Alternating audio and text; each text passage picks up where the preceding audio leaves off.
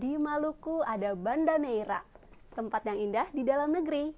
Text Live kembali hadir menyapa untuk mengedukasi dan menginspirasi. Assalamualaikum warahmatullahi wabarakatuh. Selamat sore kawan pajak semua. Semoga selalu dalam keadaan sehat dan juga semangat nih. Selamat datang ya di Text Live episode ke-141 bersama saya Zeanet Aryastika. Nah, kawan pajak, kali ini kita akan membahas pelaporan PPh pasal 21 atau 26 sesuai dengan ketentuan terbaru nih. Ketentuannya baru terbit di bulan lalu, tepatnya pada 22 Mei 2025, yakni per 11 tahun 2025. Tentunya saya tidak sendiri, di sebelah saya sudah ada narasumber kita, penyuluh pajak ahli pertama, Mas Langgeng Dwi Santoso. Kebalik ya. Mas Dwi Langgeng Santoso. Baik, mohon maaf nih. Salam kenal Mas ya. Oke, siap Mbak Sanet. Apa kabar Mas hari ini? Alhamdulillah baik Mbak Sanet. Sehat ya? Sehat. Oke, Mas Dwi Langgeng Santoso ya, benar ya? Siap, Dwi Langgeng Santoso. Oke, Mas lebih nyaman dipanggil Mas Dwi, Mas Langgeng atau Mas Santoso? Langgeng saja kayaknya. Oke, lebih siap. enak ya. Mas Langgeng. Oke nih Mas Langgeng. Tadi saya sempat baca Mas, hari ini adalah Hari Santai Sedunia. Hari santai. Hari Beneran santai, nih? beneran nih. Hari Tadi santai. sempat baca di berita. Jadi walaupun materi kita hari ini cukup padat ya, Iya, agak cukup padat memang. berat ya, mungkin itu berat. sedikit Tapi berat kita lah. bawakan dengan santai aja nih, biar kawan pajak pemirsa juga santai nih melihatnya. Mungkin sambil rebahan, sambil ngopi, tapi tetap menyimak materi yang penuh manfaat. Oke, Mas Langgeng, kita langsung aja ya Mas ke Oke. pertanyaan pertama.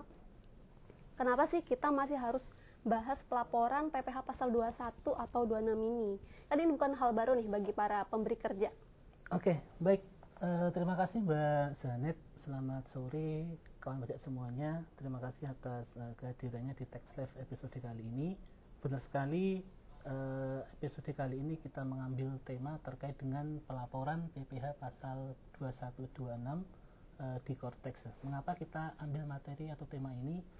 Ya, prinsipnya bahwa kan kita tahu bahwa semenjak aplikasi Korteks itu di launching kemarin di 1 Januari, maka pelaporan untuk PPh pasal 21 mulai masa Januari 2025 itu kan sudah menggunakan aplikasi Korteks. Gitu. Terus di lain sisi, bahwa tadi Mbak Sania di awal sudah menyampaikan bahwa ada ketentuan yang lebih detail ya, untuk menjelaskan terkait seperti apa pelaporan PPh pasal 2126 di Korteks, yaitu dengan terbitnya per 11 tahun 2025. Nah, walaupun sebenarnya dalam per 11 ini yang diatur bukan hanya khusus pasal 21, tapi semua jenis pajak, mau PPN, mau unifikasi, mau bea metre, ataupun mungkin SPT tahunan. Tapi rasanya kok nggak mungkin gitu ya, nggak mungkin ketika misalnya dalam satu episode ini yang mungkin 30 menit nanti kita kita membersamai kawan pajak semuanya membahas semua SPT. Oleh karena itu kita memilih nanti fokus ke PPh pasal 21 dulu.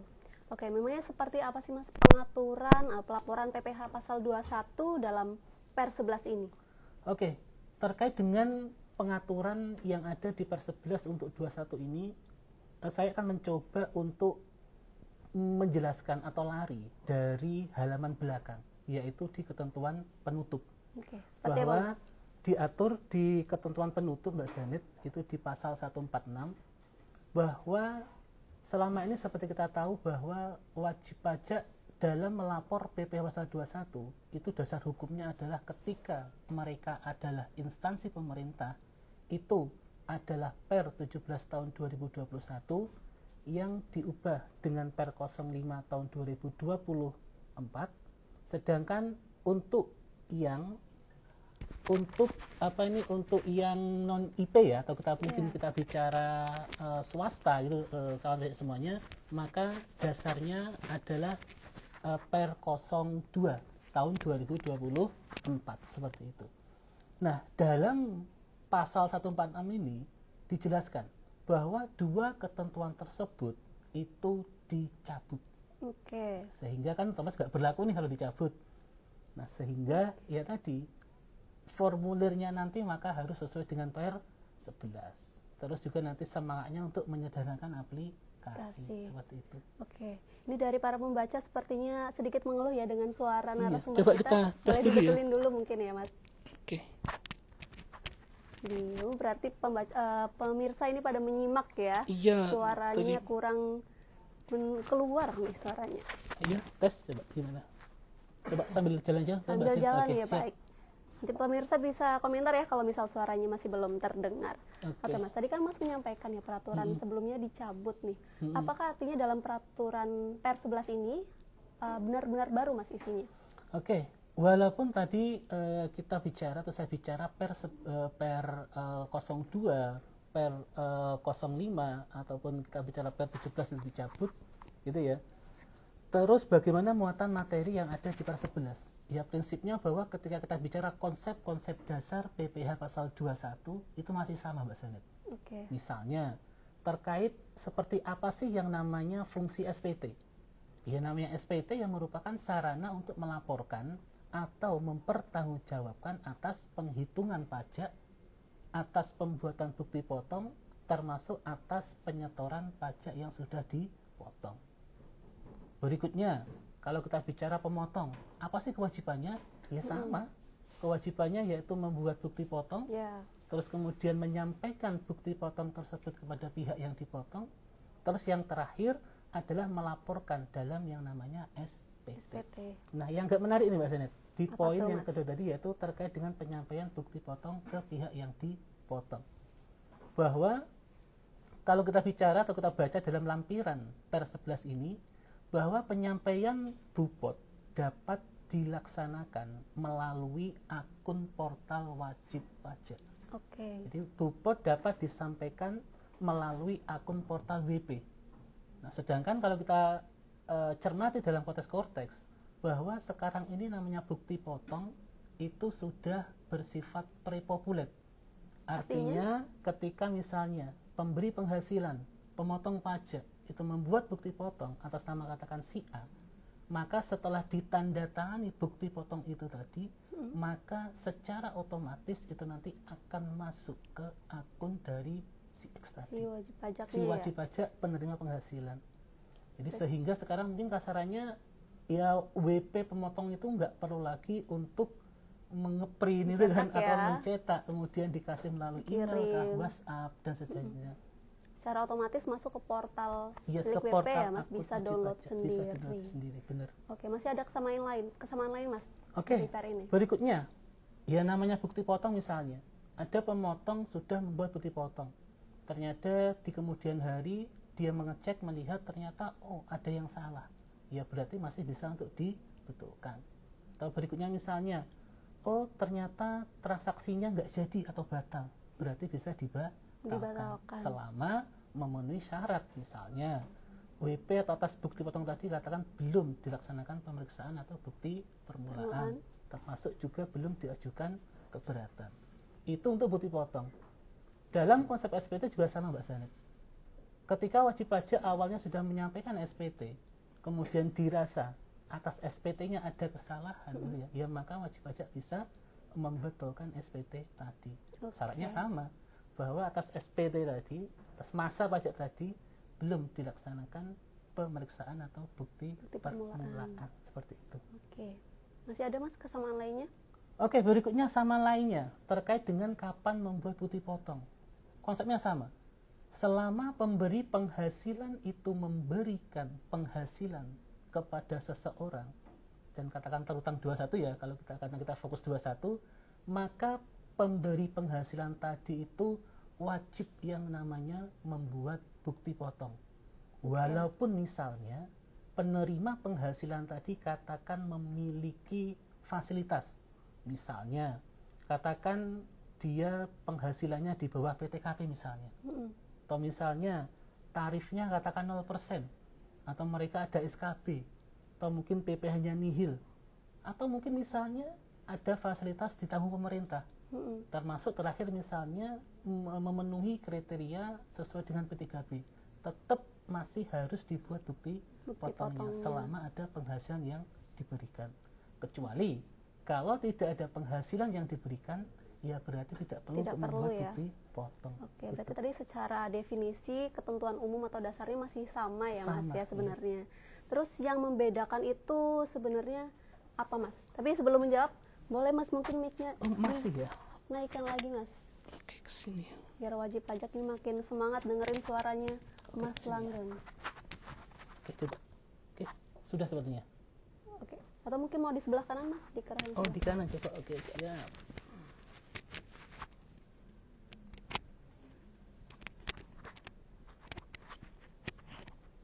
Ya, mungkin ini memang PR11 baru kali ini ya dibawakan Iya, di benar banget. Text Live. Jadi mungkin banyak nih pemirsa yang ingin Oke, menyimak. sudah sepertinya, Mbak Seni. Oke, Oke, kita lanjut Mas. ya. Tadi Monggo. ya Mas, yang berbeda itu apa? Oke, ketika ada persamaan, tentunya kalau kita telisik lagi juga ada perbedaan. Bahwa yang membedakan, dan ini mungkin paling kentara, adalah terkait dengan yang namanya konsep pelaporan. Seperti apa Mas? Pelaporan? Bahwa kalau kita lihat ketentuan yang lama, bahwa di korteks, atau kita bicara sekarang ya korteks ini, bahwa kan tidak ada lagi yang namanya NPWP cabang. Iya kan? Betul. Artinya ketika misalnya dulu ada perusahaan pusat, katakan di Jakarta, dia memiliki cabang di masing-masing provinsi katakan, maka ya mereka nanti harus melaporkan PPh pasal 21 di semua Di cabangnya. semua cabangnya. Tapi sekarang dengan yang namanya NPWP cabang dihapus, gitu kan, maka pelaporan SPT PPh pasal 21 nanti maka hanya dilaksanakan oleh WP pusat tadi, Pusatnya. NP pusat. Nah, dampaknya pasti ada Iya. terkait dengan yang namanya pembuatan bukti potong. Mm. Ketika dulu membuat bukti potong, katakan cabang X misalnya, cabang A lah, maka ketika mereka membuat bukti potong, maka kan langsung dari akun si cabang tadi. Iya. Iya kan?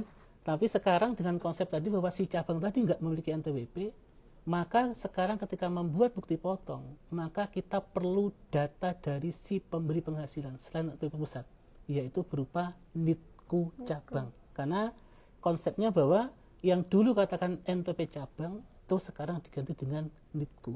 Jadi tetap nanti menggunakan akun pusat, tetapi nanti ada informasi tambahan berapa nomor NITKU-nya atas si pemotong tadi. Itu Mbak Sani. Oke, secara administrasi lebih sederhana ya Mas, karena terpusat. Iya, jadi terpusat secara jadi satu gitu. jumlah yang dilaporkan pun jadinya cukup di pusat saja Iya, benar. tadi ya untuk pelaporan.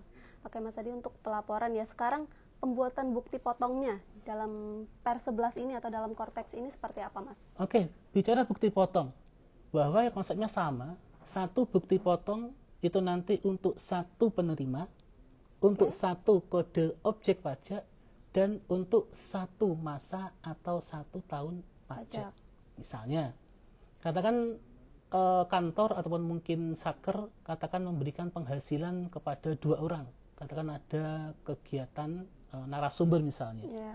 Maka atas case tersebut nanti harus ada 2 bukti potong, nggak boleh 1. Mengapa? Karena penerima penghasilan itu Ada 2 ya. ada 2, katakan si A dan si B. Termasuk misalnya katakan orangnya satu orangnya sama gitu ya. Iya. Tetapi atas penghasilan si A tadi katakan kode objeknya beda nih. Katakan ada yang terutang katakan dengan objek 100 misalnya, mungkin masa ataupun yang biasa, dan ada yang final.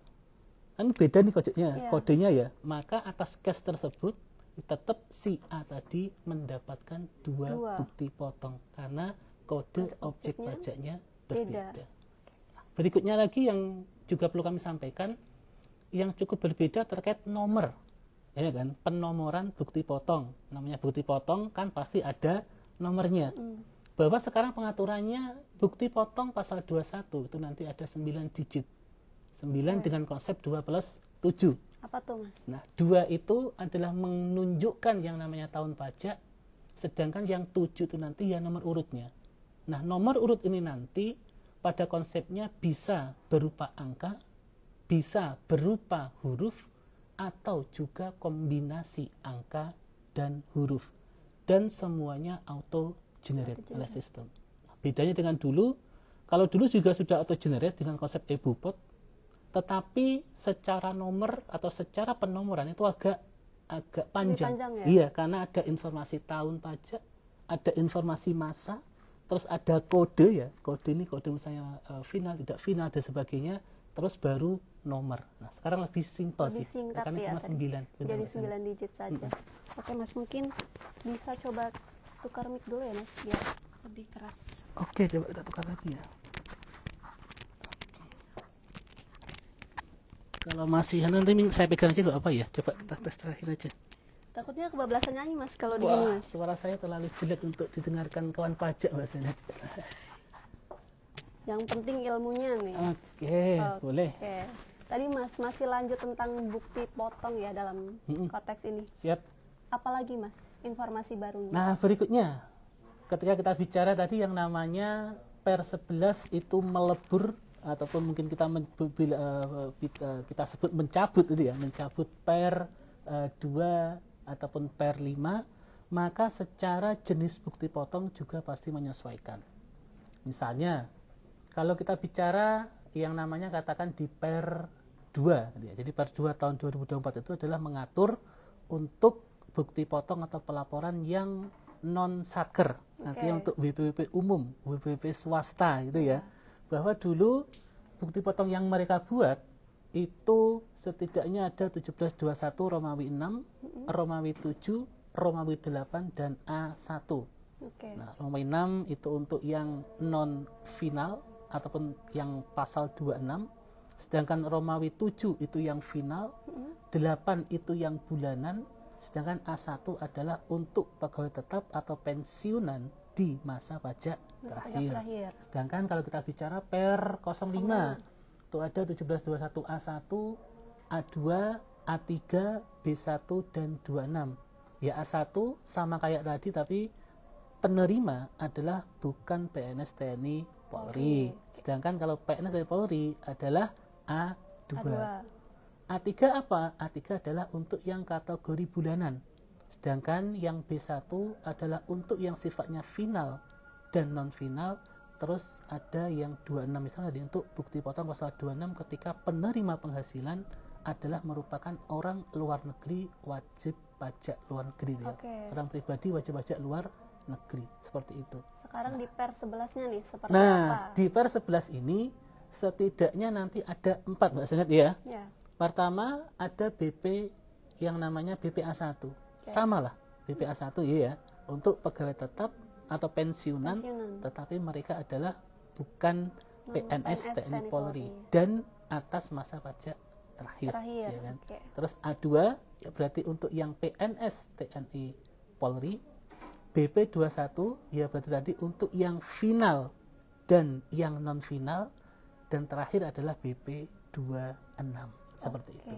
Berarti di per 11 ini untuk bukti potong lebih ringkas ya Mas? Ya lebih ringkas karena cuma prisma ada 4 ada 4 jenis buat, ya? Bener. 4 jenis. Nah tambahan boleh saya tambahkan? Oke. Selain ini teman-teman atau kawan pajak semuanya, bahwa juga dalam per 11 ini juga ada semacam kayak penegasan itu. Penegasan misalnya selama ini banyak pertanyaan itu ya. Misalnya ada case, katakan si A seorang PNS gitu kan, terus dia katakan mendapatkan penghasilan yang sumbernya dari non APBN atau yang pemotongnya katakan selain instansi pemerintah. Pertanyaannya, bukti potongnya nanti katakan A1 atau A2. Nah maka di per 11 ini sudah dikelirkan, jelaskan lah gamblang bahwa bisa menggunakan A2, tetap A2. Jadi mengikatnya bukan ke sumbernya tetapi ke subjeknya, siapa penerimanya. Jadi tetap menggunakan A2 ya Mas? Benar banget. Itu yang pertama. Yang kedua, yang juga diatur dalam per 11 ini, ada kalanya namanya pemberi penghasilan. Itu nanti memotong PPh atas penerima penghasilan. Nanti ada yang jenis atau yang fasilitas PPh-nya itu DTP, ada yang non DTP. DTP itu ditanggung pemerintah. Ya? Nah, sebenarnya konsep ini atau pengaturan ini secara konsep ya, itu sudah diatur juga dalam P05 yang pada intinya bahwa harus dipisah mana yang DTP dan mana yang non DTP. Nah, lalu bedanya apa? Bedanya bahwa di per 11 ini ada satu tambahan kewajiban bagi pemotong, yaitu yang namanya membuat semacam laporan rekapitulasi. Oke. Jadi merekap katakan atas penghasilan si A, berapa penghasilan total semuanya, berapa yang atas katakan DTP berapa, atas yang non DTP berapa, termasuk berapa total PPh DTP dan non DTP berapa. Jadi semacam pertanggungjawaban atas penghitungannya. Dulu nggak diatur. Dulu tidak Nanti aturan diatur. baru benar. Jadi akan lebih jelas ya Mas ya Benar banget, perhitungannya lebih yang jelas. dilaporkan kepada DJP seperti itu Yes, ya Mas termasuk ya. kami juga bisa ngecek nanti, oh ini loh dasarnya atau seperti ini loh penghitungannya Oke. gitu. Jadi ada rekapitulasinya. Yes, rekapitulasi. Oke Mas. Tadi kan kita udah bahas formulir pembahas bukti, Bukti potong potong, ya. Yang belum nah. kita bahas ini formulir SPT-nya. SPT-nya, ya Ini kan? seperti apa Mas? Oke, Dalam konteks? konsepnya sama. Setelah membuat bukti potong, kan harus dituangkan atau dilaporkan, dipertanggungjawabkan dalam SPT. Oke. Bicara format sekarang, kita coba mulai dari format yang dulu ya. Katakan kalau Ya. kita bicara untuk yang non instansi pemerintah, ada PR2. Maka kalau kita lihat PR2, namanya SPT, itu ada induk sama. Terus berikutnya dalam lampiran 1 atau Romawi 1 itu nanti adalah untuk yang kategori pegawai tetap atau pensiunan. Oke. Terus yang Romawi 2 itu nanti untuk yang non final, Romawi 3 itu yang final, Romawi 4 itu nanti untuk pelunasan. Itu nanti bisa dalam bentuk SSP, surat saran pajak atau bukti pemindah bukuan. Romawi 5 adalah untuk biaya. Sedangkan kalau kita lihat dalam Per 05 yang untuk instansi pemerintah itu ada induk sama, terus ada Romawi A itu nanti untuk yang pegawai tetap atau pensiunan, terus Romawi huruf B itu ya untuk yang final, non final Ya. dan pasal 26, terus ada juga daftar pelunasan pajaknya tadi bisa SSP ataupun bukti pemindah bukuan. Atau mungkin kalau Satker ada juga SP2D bisa dari tiga kategori itu. Itu yang lalu ya. Yang Mas, di lalu, Per nah, yang lalu yang dicabut kini. tadi. Nah, yang kini yang masih Per sekarang dalam Per 11 ini induk masih ada. Jadi semua SPT Pasti pasti ada induknya. Berikutnya ada L1A. L1A itu adalah daftar pemotongan bulanan selain masa pajak terakhir. 11. Oke, L1A. Iya, 1A adalah pemotongan bulanan selain masa pajak terakhir, di mana biasanya rumusnya menggunakan rumus TER, Oke, ya kan, ya. tarif efektif Rata-rata. rata-rata. Berikutnya ada L1B, yaitu ketika tadi penerima tadi atas pemotongan tadi yaitu untuk masa pajak terakhir, maka nanti masuk ke L1B. Sedangkan ada juga yaitu L2, itu nanti adalah untuk 1 tahun pajak, bagian tahun pajak yang diterima tadi oleh pegawai ataupun pensiunan tadi, di mana tadi outputnya nanti atau produknya nanti bisa A1 atau A2 tergantung subjeknya tadi, apakah dia PNS TNI Polri atau selain PNS TNI Polri. Sedangkan yang terakhir ada L3, tentunya ya selain A1 A2 tadi ya, berarti nanti yang atas tadi BP21 ya kan rekap tadi bisa atas final dan non final dan yang untuk pasal 26. Oke, jadi di formulirnya pun ini secara istilah atau penyebutan lebih Ya, lebih ringkas lebih ya, Mas, ringkas lebih kan cuma ringkas. beda 1 2 3 Iya, ada gitu. induk, terus tadi ada L1A, L1A, 1B, 1B, 2 dan 3. 3. Oke, Mas. Tadi udah bahas formulir SPT-nya, sekarang Mas. Ini ada pertanyaan juga nih. Kalau ada perbedaan penghitungan pajak nih Mas, antara aplikasi internal yang digunakan wajib pajak atau aplikasi eksternal mereka ya Mas, dengan hitungan di Cortex, ini bagaimana Mas?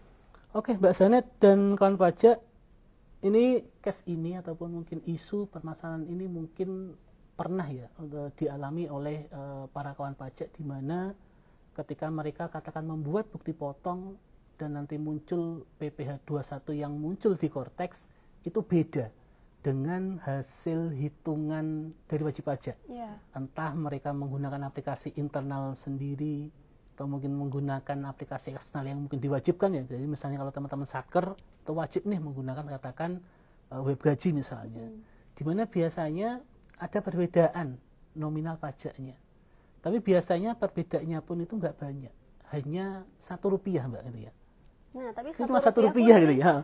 jadi masalah nih Mas, Iya. kenapa beda? Kira-kira kenapa beda ya? Nah, ternyata jawabannya adalah bahwa dalam konteks atau kalau kita bicara Cortex itu bahwa kita bicara yang namanya metode atau konsep pembulatan. Oke.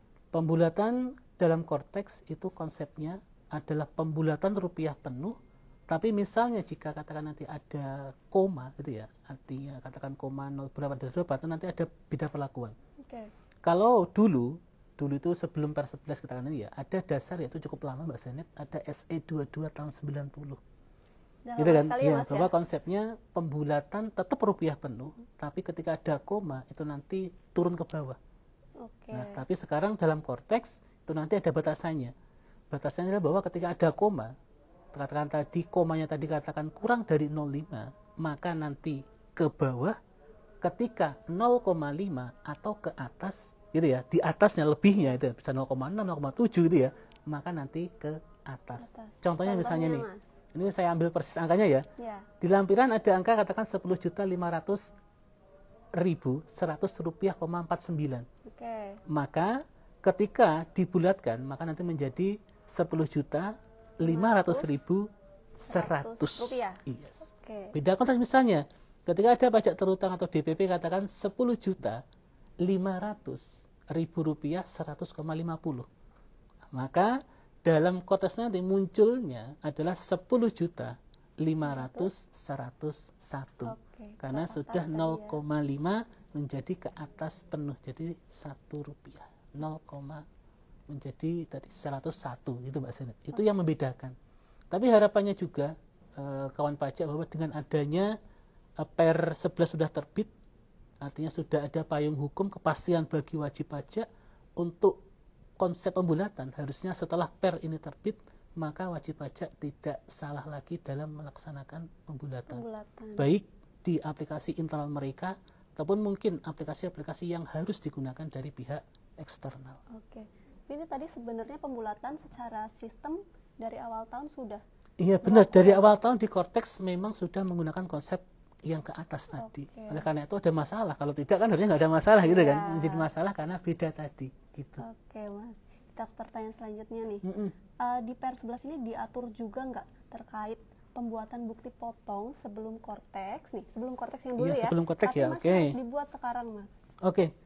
Kalau kita bicara proses bisnis wajib pajak, sangat mungkin ya terjadi transaksi di mana misalnya wajib pajak belum membuat bukti potong ataupun salah membuat bukti potong ataupun misalnya batal bukti potongnya atas periode katakan sebelum 2025, katakan di Desember 2024 ataupun sebelumnya, pasti ada lah gitu kan. Itu hal yang normal ya, karena sangat mungkin sekali.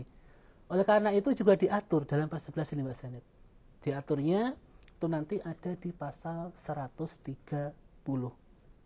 Bahwa konsepnya ya benar, di 130.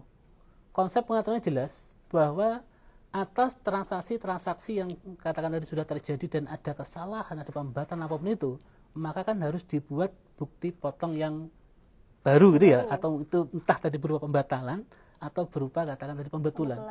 Nah, rumahnya apa? Apakah Cortex? Ternyata bukan. Rumahnya adalah masih aplikasi yang lama.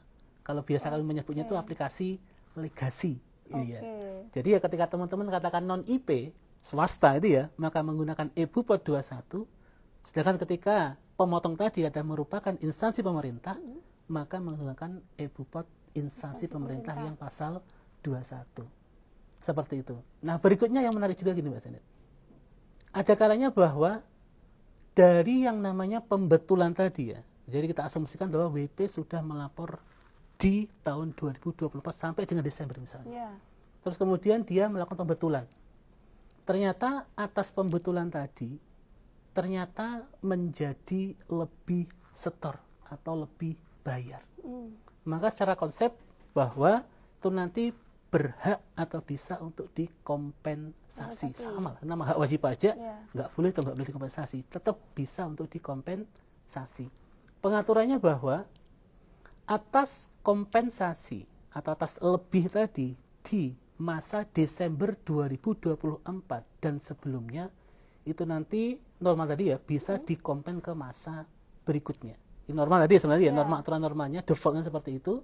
Terus berikutnya, apabila katakan tadi lebih tadi atau kompen tadi katakan awalnya atau muasalnya sebelum Desember katakan di masa Agustus, maka WP nanti harus melakukan kompensasi sampai ke masa Desember. Jadi harus dimentokkan sampai dengan Desember 2024. Tapi itu nggak harus urut ya, Nah, Mas? tetapi itu bisa tanpa berurutan. Oke. Artinya bisa saja katakan dari Agustus ada LB tadi, agak pembetulan, itu nanti bisa langsung kompen ke masa Desember 2024. Tidak harus ke November, September, Oktober, November. Bisa tanpa berurutan. Jadi yang penting nanti harus dimentokkan ke Desember dulu ya. 2024. Nah, setelah mentok ke Desember, baru ada pengaturan lainnya lagi. Oke. Atas masa Desember tadi, katakan atas pembetulan tadi, maka itu nanti juga bisa atau berhak dikompensasi ke masa pajak berikutnya, dan sama itu tanpa harus berurutan. Benar banget. Misal baru tahunya tahun ini di bulan Mei ya, Mas ya. Dulu ada bulan Agustus, misal tahun lalu ke Desember dulu, kemudian Desember bisa langsung ke masa ini ya? Iya, bisa. Nah, pengaturannya gini. Yang penting ke Desember dulu. Gitu nah, yang penting Desember baru nanti masa pajak berikutnya. Nah, menariknya gini, sekaligus nanti jadi ini kawan pajak. Ini menarik bahwa kalau nanti kawan pajak memperhatikan yang namanya mungkin di lampirannya bahwa ada contoh nih. Ketika misalnya ada LB, seperti apa sih kompennya gitu ya. Bahwa kompennya tadi bahwa konsep tidak urut tadi gitu ya. Ternyata di aplikasi diterjemahkan bahwa itu nanti kompennya nanti akan lari ke SPT masa berikutnya, tetapi yang belum disampaikan, Mbak. Oke. Jadi contohnya misalnya tadi katakan ada Desember, itu kan LB, kemudian katakan ini periode Juni, WP katakan sudah melapor Januari, Februari, Maret, April, April itu ya, kemudian dia ingin melapor di Juni. Gitu ya, atas masa Mei. Maka ketika LB tadi katakan sudah disampaikan, maka nanti atas nilai LB tadi masuknya bukan ke Januari, tapi nanti masuknya ke Mei. Ya kan, masa Mei yang dilaporkan di Juni. Seperti itu. Mas. Jadi itu konsep baru juga ya dalam pasal 21. Ini ada pertanyaan, maaf nih Mas, ada pertanyaan penting lagi nih Mas ya. Oke. Kalau saya bacakan tadi Per 11 itu berlaku sejak diundangkan. Benar banget, 22 Mei ya, tadi exactly. Ya, 2025. Berarti dari Januari sejak berlakunya Kortex sampai dengan peraturan itu terbit, ada kekosongan hukum nih Mas. Ini bagaimana? Ya, kalau kita mungkin secara awam mungkin iya gitu ya. Loh, ini kan aturan mulai 22 Mei. Terus juga kalau kita lihat di masa berlakunya, ternyata bukan disebutkan mulai 1 Januari sejak Kortex, tapi disebutnya sejak diundangkan. Tapi jangan lupa, kalau kawan pajak memperhatikan, itu ada di pasal 143. Di situ ada ketentuan peralihan, teman-teman, bahwa di situ disebutkan bahwa konsepnya segala macam bentuk dokumen perpajakan sehubungan dengan pelaporan ya, pelaporan pajak. Jadi, pajak ini sebenarnya kita nggak hanya fokus 21, tapi bisa juga PPN, bea marga dan sebagainya. Karena jangan lupa tadi, Per ini adalah Per untuk semua SPT itu ya. Tapi karena sore ini kita fokus 21, maka kita fokus 21 saja. Jadi katakan bentuk dan dokumen perpajakan sehubungan dengan pelaporan PPh pasal 21 dalam rangka pelaksanaan Kortex, atau mungkin kita bicara sistem informasi administrasi per sistem inti administrasi perpajakan yang mulai dari masa Januari sampai dengan sekarang, atau bisa juga atas bagian tahun pajak setelah Desember, ya berarti kan pasti Januari kan, ya kan? Atau untuk tahun pajak 2025 yang tadi sejak 1 Januari sebelum Per ini berlaku, maka dianggap memenuhi ketentuan perpajakan. Ya, artinya sah atas dokumen yang terbit. Dokumen pelaporan itu dianggap sah. Jadi nggak usah khawatir. Wajib pajak nih. Gimana nih Januari sampai Mei udah bikin, gimana statusnya? Ternyata dianggap memenuhi ketentuan tadi ya Mas. Benar banget Mbak Sanet. Oke Mas, ini saya mau pantun dulu sebentar. Lemari rapuh dimakan rayap. Cakep. Biasanya karena tempatnya lembab. Ayo yang mau tanya, silakan ayo bersiap. Mas Langgeng siap menjawab. Oke, ternyata ada banyak nih Mas di kolom chat pertanyaan dari wajib pajak. Nah, kita ambil beberapa saja ya Mas. Iya. Karena sudah menunjukkan udah 36 menit iya, ternyata. Nggak apa-apa, kita lebih nggak apa ya. Mungkin kita ada korting sampai 45 lah mungkin nanti, nggak apa ya. Ini pertanyaan dari viewer nih. Yang pertama dari Senja 2396. Kapan bayar PPh 21 dan kapan lapornya? apakah ada perubahan di Per 11 ini? Nah, silakan Oke, Mas baik. Langgeng. Kalau misalnya kawan pajak membaca Per 11 ini secara utuh itu ya, dari pasal 1 ke pasal terakhir, memang untuk PP 21 ini atau untuk lainnya itu tidak diatur nih. Kapan misalnya wajib pajak terakhir kali membayar ataupun kapan jatuh temponya, termasuk dengan pelaporannya. Mengapa nggak diatur? Ya karena prinsipnya bahwa pengaturan hal tersebut itu sudah diatur di PMK 81, Pak. PMK 81 tahun 2024. Ya intinya bahwa kalau misalnya pembayaran pajak, misalnya kita bicara masa pajak Juni, ya maka nanti maksimal tanggal 15 bulan berikutnya. Berarti 15 Juli. Tapi untuk pelaporan tanggal 20 bulan berikutnya. Berarti katakan tanggal 20 Juli itu nanti. Juli kan, iya kan? Juli tahun 2025 untuk masa Juni.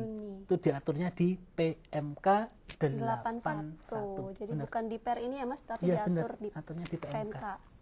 Oke, kita ke pertanyaan selanjutnya nih. Yang mana nih dari tim nih? Oke. Dari @pauji. Aduh. Banyak banget ini ada berapa tuh? Ini ada 1 2 3. Lama nih hitungnya. Langsung ke pertanyaan. Kompensasi itu tidak harus urut ya Mas, termasuk yang dari 2024. Seperti apa sih mekanisme kompensasi yang sesungguhnya? Nah, mungkin bisa dibahas lagi Mas, tadi walaupun sudah sempat disinggung. Nah, tadi ya. Benar Mbak Zanet, tadi sudah sedikit saya singgung terkait kompensasi tadi, bahwa konsepnya WP ketika ada LB kan maka berhak untuk melakukan kompensasi. Terus konsep kompensasi kan itu tidak harus berurutan seperti itu. Nah, itu sebenarnya kalau misalnya nanti kawan pajak mau detail lebih memahami, itu nanti bisa melihat di lampiran di contoh kasus 12, 13 dan 14.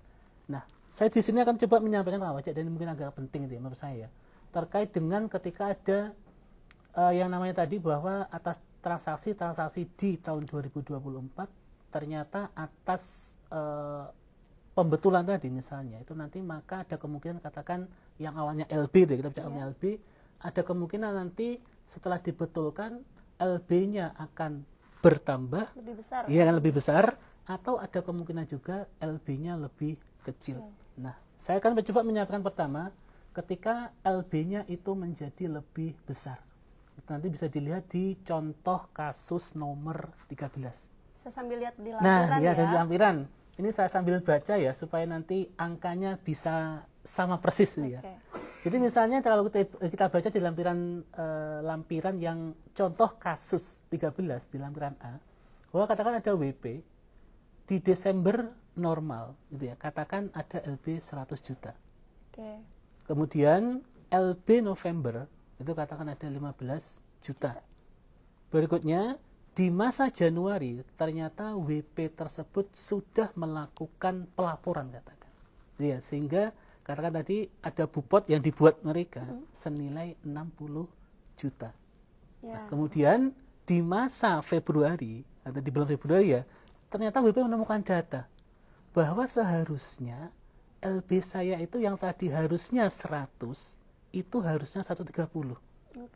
Nah, seperti apa konsep atau mekanisme pelaporan di Kortex ataupun mungkin nanti untuk periode Desembernya tadi. Bahwa jawabannya adalah seperti ini kawan pajak. Di LB Desember normal tadi harusnya 115. Harusnya 115. Ya, makanya kan 100 di Desember ditambah 15 di November. Jadi ada 115. Berikutnya Januari tadi WP katakan ada bukti potong senilai 60 juta. Jadi ketika tadi WP melapor Januari, harusnya nanti akan ada LB senilai 55. 115 dikurangi 60. Nah, kemudian ternyata tadi WP kan menemukan data. Ya berarti kan WP harus melaporkan SPT di pembetulan di Desember. Ya kan? Desember tadi ternyata ada tambahan lebih bayar senilai 30 juta. Nah, atas 30 juta tadi, sama di konsep yang awalnya di pasal 130 tadi, itu nanti maka yang hanya 30 juta saja, itu nanti yang akan dikompensasi ke masa pajak berikutnya. Tadi pengaturannya jelas. Ketika misalnya tadi katakan, WP katakan sudah melapor di Januari. Ya maka atas 30 juta tadi yang nggak bisa untuk dikompen ke Januari. Ya kan? Terus ke? Nah, terusnya kemana? Ya di pengaturannya bahwa kompensasi nanti ke masa pajak yang belum dilapor. Oke. Jadi kalau misalnya WP melapor di Februari, kata belum melapor, maka masuk ke Februari. Tinggal di bawah tadi lebihnya Yes, berapa benar ya, banget. Mas ya? Pun sebaliknya misalnya ketika WP sudah melapor di Februari, Maret, katakan ya April, katakan mau lapor sekarang di Mei, ya maka atas LB 30 tadi ya akan terkompen ke Mei. Oke. Artinya masa pajak normal yang belum dilapor. Tadi kalau kasusnya lebih ya, Mas? Iya, ya? itu katanya lebih. Ada kalau kasusnya Nah, lebih berikutnya, kecil nih. ternyata ada case juga yang menarik dalam lampiran itu gitu ya, bahwa ada kalanya bahwa wajib pajak setelah melakukan pembetulan tadi katakan di Desember, maka ada LB yang menjadi lebih kecil. Contohnya, katakan di Desember ada LB 25 juta. Terus di Januari ada KB atau bukti potong katakan 8 juta. Terus di Februari, di masa Februari, sama kayak tadi case-nya, WP menemukan data nih, bahwa harusnya di Desember tadi, dia hanya LB 10 juta. Jadi Maka, kurang ya, ya kan menjadikan kurang gitu kan. Maka dalam ketentuan di lampiran ini, wajib pajak itu diberikan opsi oleh DJP. Apa opsinya? Opsi pertama, tentunya atas kurang bayar tadi, atas selisih tadi yang seperti kurang bayar, itu nanti bisa dilunasi oleh wajib pajak di masa Desember. Itu yang pertama. Oke. Yang kedua, bahwa juga DJP menyediakan opsi berikutnya bahwa wajib pajak tadi bisa untuk membuat tambahan bukti potong. Katakan tadi Februari belum dilapor, data ditemukan di Februari, maka membuat bukti potong di Februari dengan kode nanti 21138, yaitu penjelasannya adalah penyesuaian nilai kompensasi dari masa pajak sebelumnya. Bukti potong khusus ya? Iya, bukti potong khusus. Nah, ternyata dikatakan WP tadi memilih yang ini nih, gitu ya, memilih yang 21138. Terus tadi kemudian katakan di Februari, WP tadi katakan ada bukti potong normal ya, normalnya ya, katakan ada 7 juta. Gitu kan? Nah, lalu sehingga seperti apa? Ya sehingga berarti LB di Desember tadi akan menjadi 25 kan normalnya. Terus di normal Januari berarti kan ada LB 17, ya kan? Karena 25 dikurangi KB tadi yang 8. Ya kan? Terus berikutnya di Desember tadi WP melakukan pembetulan yang 15. Sehingga ketika di Februari tadi, ketika WP membuat bukti potong tambahan 15 tadi, maka statusnya nanti adalah tinggal KB 5 juta. Seperti itu. Oke, mungkin bagi yang belum kebayang nih dalam satu kali penjelasannya Mas Langgeng tadi ya, bisa sambil lihat lampiran, karena nanti Tax Live ini juga masih bisa dilihat rekamannya di IG Ditjen Pajak RI. Nah, mungkin sepertinya masih ada pertanyaan, masih boleh dijawab? Jawab aja nggak apa. Atau sudah cukup? Oke, mohon maaf satu nih. lagi ya, satu lagi Mas Lintang, misal atau teman-teman operator nggak apa-apa ya. Oke, boleh satu lagi ya. Iya, lagi semangat nih Mbak Zana soalnya ini ya. Mohon maaf nih bagi kawan pajak yang belum terjawab ya pertanyaannya, hanya cukup satu. Nah, ini SP2D sebenarnya menarik Mbak Zana. Oke, Mbak Nurul Istiana. Bagaimana bikin e-bupot PPh 21 dari SP2D? Nah, Silakan, sebelum kita bicara cara pembuatannya, saya akan mencoba menjelaskan teman-teman ya, karena ini biasanya kawan pajak banyak pertanyaan dari teman-teman Satker ya terkait dengan untuk SP2D ini ya. Bahwa dalam konteks ini seperti kita sampaikan tadi bahwa formulir itu kan merupakan satu itu ya, baik oleh WP instansi pemerintah atau WP untuk non instansi pemerintah. Nah, kalau kita perhatikan di Indo itu nomor 3 ada yang namanya pembayaran dari SP2D. Sebenarnya apa sih maksud SP2D itu ya? SP2D itu pada prinsipnya adalah kalau kepanjangannya itu ya, surat apa Mbak Janet? Perintah pencairan dana. Ini ya. Berarti kalau kita bicara surat perintah pencairan dana, berarti WP yang relate itu yang pasti adalah WP instansi pemerintah. Artinya WP swasta nggak mungkin ada istilah SP2D.